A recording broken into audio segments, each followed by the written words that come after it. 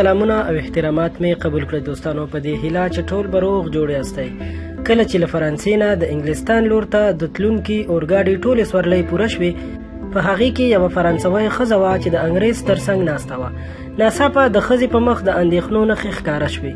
تر څنګ یې ناست انګریز ترې پوښتنه وکړه، ولې اندېښمنه ښکارې؟ ښځې وویل، له ما سره $10,000 دي چې د قانون له مخې لیږدول منې دي. انګریز ورته وویل، نیمې ما ته راکړه، که پولیسو زه او یا ته ونیولو، نیمې خو به یې وژغورل شي.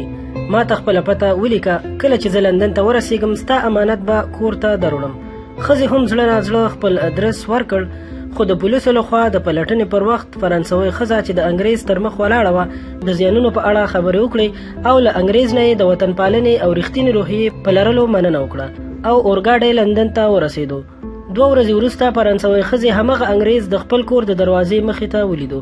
له لیدو سره یې سم په قهر ورته وویل، بېننګه دلته څه کوې؟ نور څه کول غواړې؟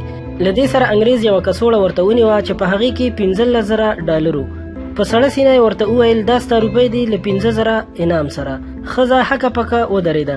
سړي ورته وویل، دې کې د حیرانتیا خبره نه ده، ما غوښتل د هغوی پام له خپل بکس څخه بلې خواته واړوم، ځکه چې له ما سره په بکس کې $10 ملیونه وو، ځکه زه مجبور شم همدا لاره وکاروم.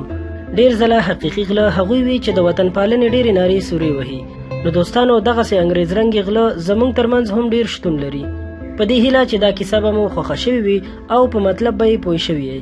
له نورو همدغسې په زړه پورې او خوندورو ویډیوګانو لپاره در سره زموږ چینل سبسکرایب کړئ، ورسره خوا کې د ګنټۍ نشان هم ووهئ چې تاسو ته نور همدغسې په زړه پورې ویډیوګانې جوړې کړو. ډېره مننه.